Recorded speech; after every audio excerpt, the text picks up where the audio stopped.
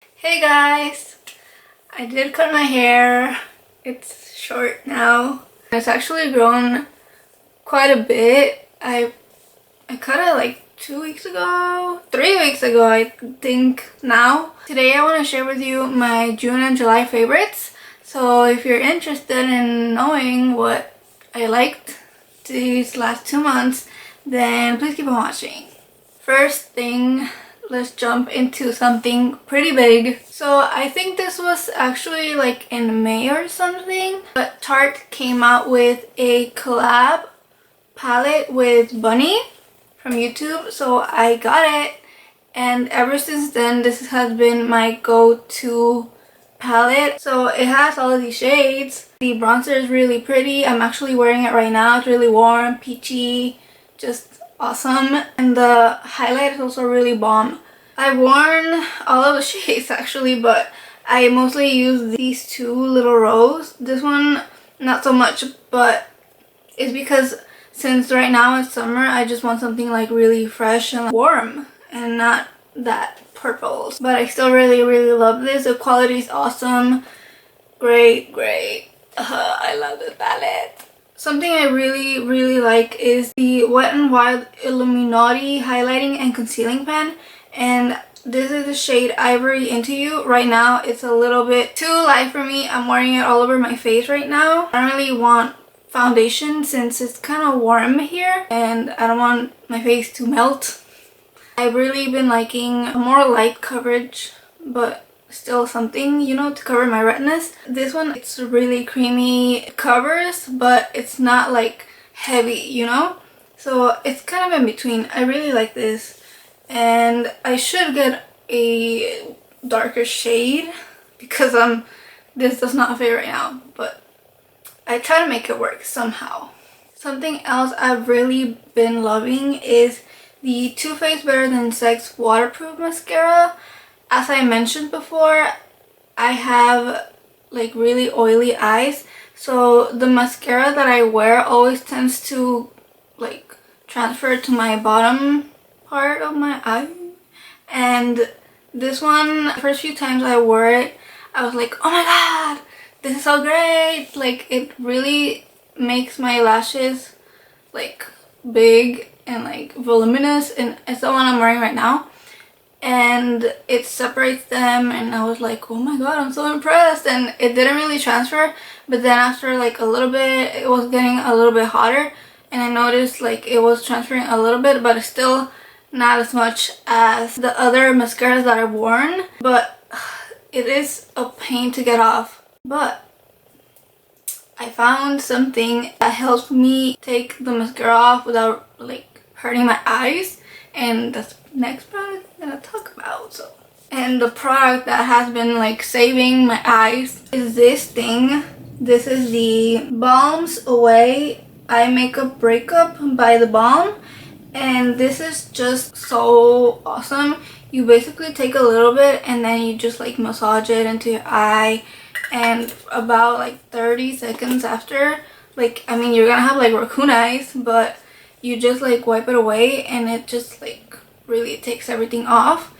And I bought this because I bought the mascara, and I was like, the thing that I'm using right now, it's kind of hurting my eyes and it's not taking it off that well. So this really did help. Like, so it's so good. It's really good. And I got this on Hot Look on a sale that they were having on The Balm, and so yeah. Something else that has been really helping me this summer, since it's like really hot, is this Becca. It's like a tiny little travel thingy because I wasn't sure if it was gonna work. So yeah, this is the Becca Ever Matte Poreless Priming Perfector, and this thing does really work. I have combination skin, so my T-zone always gets really oily, and especially right now since it's hot, I get like really sweaty. And with this, I just like put a little bit, just a little bit on my T-zone, and it just like mattifies it instantly, and it helps control my oiliness, so it doesn't really get oily that much. At the end of the day, of course, like, you're gonna get oily. You cannot control that, but it really does help like minimize it. The first few times I tried this, I was like hesitant because I put it here and in this part I don't really get oily, so when I put on my foundation it was making it look like really weird, not clumpy but like flaky, and I was just like, oh my god, I don't think I'm gonna like this. But then I started just using it right here and it's awesome. If you have oily skin, this is probably gonna save you. It is a little bit expensive. This little thing was like $15, but I mean it really does work. So if that's really something that you don't want, then I mean it's a good investment because you only need a little tiny bit. Something I recently bought, it was in June, is the Benefit Ready Set Brow Gel. I had the Anastasia Tinted Brow Gel. It didn't really do much for my brows since my brow hairs tend to go down like a lot. And this one is really actually very strong. It does keep my brow hairs in place a lot longer than the Anastasia one did. The Anastasia one, like within an hour, they were already down. And this one does keep them fairly longer, like a couple of hours. I find that I don't really reapply it as with the Anastasia one. I basically returned the Anastasia one and got this one. So I also placed a Morphe order when they were having the sale on the Elite collection, since they were gonna come out with a new one. So I got a bunch of brushes and I haven't actually tried all of the brushes I got yet, but the ones that I have been really liking are these ones I'm gonna show you right now. The foundation brush that I've been using almost every time I put foundation besides a sponge is this one. This is the E6, and of course it's discontinued, but they have the new one, so it's probably even better. This is just really like great. It just gets everything in there. It like buffs it, and I find that if I use a little bit, like it really just spreads everything out and it doesn't make it look streaky or anything. It actually makes it look natural. I got this one because it was Manny's favorite, and I was gonna get the other one that he talked about for blush, but it was already sold out when I was gonna get it, and I was like, no. But this one I like. Another one, this is the E8, and I use it for concealer. Like if I don't want to use a sponge, I'll use this, and it just like really does a good job of, you know, not making it look streaky with your finger. Like I don't know, I just find that it looks kind of cakey, and this is like really awesome for that. And I've also been using it lately for setting the under eye as well. And then with this one, the E20, I'll kind of contour a little bit, like my nose, or even like bake with this. I'll just like put it because it's like really dense. And this one, I mean, it is dense, but I don't know, I haven't tried it, but I really like this one for baking too. This is the Morphe M527, and I really like this one for bronzer. And again, it's just like, it is like kind of dense, but it's also long, so it's like fluffy, so it just like makes it like airbrushed. I really do like it. I like it better than my Crown Brushes one. It's just a better shape. I feel like a paddle style brush.